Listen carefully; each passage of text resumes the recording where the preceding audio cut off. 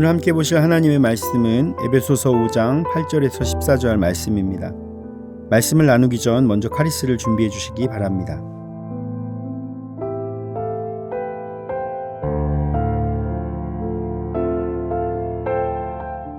너희가 전에는 어둠이더니 이제는 주 안에서 빛이라. 빛의 자녀들처럼 행하라. 빛의 열매는 모든 착함과 의로움과 진실함에 있느니라. 주를 기쁘시게 할 것이 무엇인가 시험하여 보라. 너희는 열매 맺는 어둠의 일에 참여하지 말고 도리어 책망하라. 그들이 은밀히 하는 것들은 말하기도 부끄러운 것들이라. 그러나 책망을 받는 모든 것은 빛으로 말미암아 드러나나니 드러나는 것마다 빛이니라. 그러므로 이르시기를 잠자는 자여 깨어서 죽은 자들 가운데서 일어나라. 그리스도께서 너에게 비추이시리라 하셨느니라. 아멘.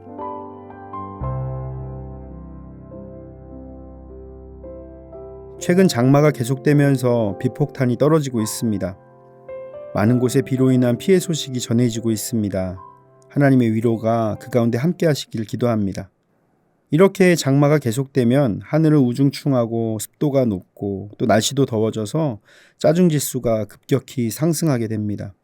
1년으로 보면 약 한 달 정도밖에 안 되는 장마 기간이 우리를 너무나 힘들게 하는 것을 겪게 됩니다. 그런데 우리의 인생에도 이런 우울하고 음침하고 꿉꿉해서 짜증이 가득할 때가 있습니다. 그러나 우리는 이런 상황에서도 우리가 빛의 자녀임을 잊지 말아야 합니다. 우리 마음에 다가오는 모든 어둠과 부정적인 생각을 참된 빛 대신 예수님을 모심으로 태워버려야 하는 것입니다. 그리고 빛 대신 예수님을 모셔드리면 우리들도 그 빛을 비추는 자로 살아가게 됩니다. 오늘 말씀을 통해서 우리 안에 주님의 빛을 충만히 받고 그 빛을 세상을 향해 비출 수 있는 저와 여러분이 되시기를 축복합니다. 첫째, 빛의 자녀들처럼 행하라. 바울은 우리들이 어둠에서 빛이 된 자라고 말합니다. 8절을 보니 너희가 전에는 어둠이더니 이제는 주 안에서 빛이라. 빛의 자녀들처럼 행하라 라고 말합니다. 이렇게 빛이 된 우리들은 주님 안에서 빛의 자녀로 살아가야 합니다. 우리는 그리스도를 영접한 후 신분이 변화되었습니다. 죄의 노예에서 하나님의 자녀가 되었고 어둠에서 빛이 되었습니다. 바울은 빛과 어둠의 시각적인 이미지를 이 대조적으로 사용하여서 예수 그리스도를 영접을 기점으로 어둠 속에서 죄의 노예로 살던 상태와 빛의 자녀가 되어 거룩하게 살아가는 상태를 효과적으로 설명한 것이라고 할 수가 있습니다. 우리는 변화된 신분에 맞는 삶을 살아야 합니다. 참된 빛은 오직 예수 그리스도 한 분이십니다. 빛 대신 예수님을 영접한 성도는 어둠에서 빛으로 옮겨지게 되었고 참 빛이신 예수님의 빛을 받아 우리도 빛을 비추는 삶을 살게 되는 것입니다. 2012년에 해를 품은 달이라는 드라마가 아주 선풍적인 인기를 끌면서 당시 40%가 넘는 시청률을 기록했었습니다. 드라마의 내용은 구체적으로 기억나지 않지만 저에게는 이 제목이 매우 큰 깨달음을 주었었습니다.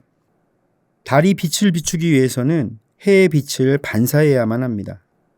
그런데 그것을 해를 품었다라고 표현한 것입니다. 실제로 별 중에서는 스스로 빛을 내는 별인 항성이 있고 빛을 반사하는 행성이 있습니다. 둘 다 빛을 내지만 항성은 스스로 빛을 내고 행성은 그 빛이 있어야 빛을 낼 수가 있습니다. 우리가 빛으로 이 세상을 살아가는 것도 마찬가지입니다. 나 스스로는 빛을 낼 수가 없습니다. 그러나 영원한 빛, 참된 빛이신 예수님 안에 거할 때에 우리도 빛을 낼 수가 있게 되는 것입니다. 그러므로 우리가 빛의 자녀로 살기 위해서는 예수님 안에 거해야만 합니다. 바울은 예수님의 빛을 받아 비추는 삶을 행하라고 말합니다. 행하라는 원어적 의미로 두루 걸어다니다 라는 뜻이며 현재 명령형으로 사용되어서 한 번, 두 번 하는 것이 아니라 오늘 우리의 삶 가운데 계속해서 진행되어야 되는 일임을 알려주고 있습니다. 우리가 빛의 자녀로 살아가는 것은 우리가 사는 모든 삶의 자리에서 예수님처럼 살아가라는 명령인 것입니다.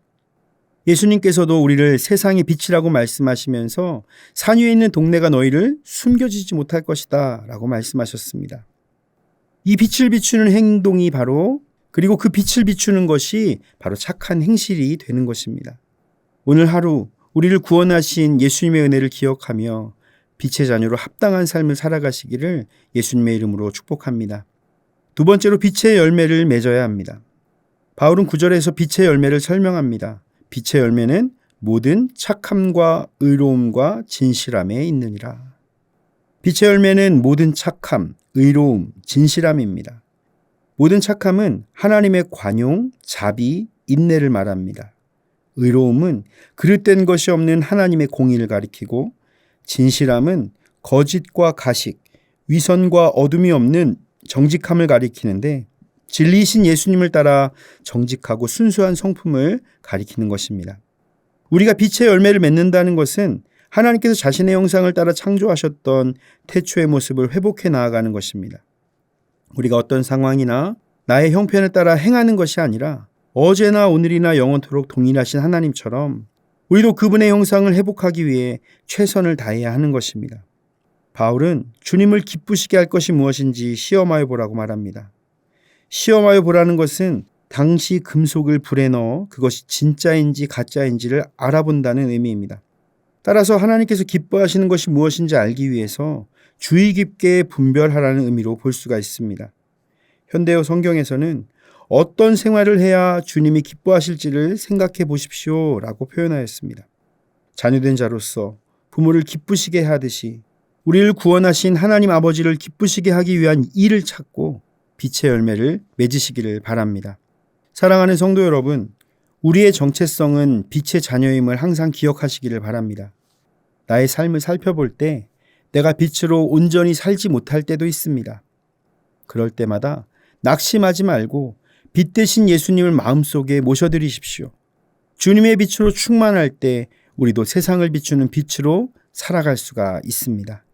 그리고 그 빛을 비추는 착한 행실을 통해 세상 속에서 주님의 영광을 나타내는 삶을 사시기를 축복합니다. 날마다 주님의 빛으로 충만하여 빛의 자녀로 살아가는 열매 맺는 복된 삶이 되시기를 예수님의 이름으로 축원을 드립니다. 다 함께 기도하겠습니다. 구원의 하나님, 우리를 구원하시고 참빛 되신 예수님 안에 거하게 하시니 감사합니다. 우리가 빛의 자녀로 살아갈 수 있도록 주님의 빛을 비춰 주시옵소서. 주님과 함께하며 어두운 세상 속에서 빛을 비추는 자가 되게 하옵소서. 모든 선함과 의로움, 진실함으로 살아가게 하시고 풍성한 열매를 맺어 주님께 영광을 돌리게 하옵소서. 예수님의 이름으로 기도드립니다. 아멘.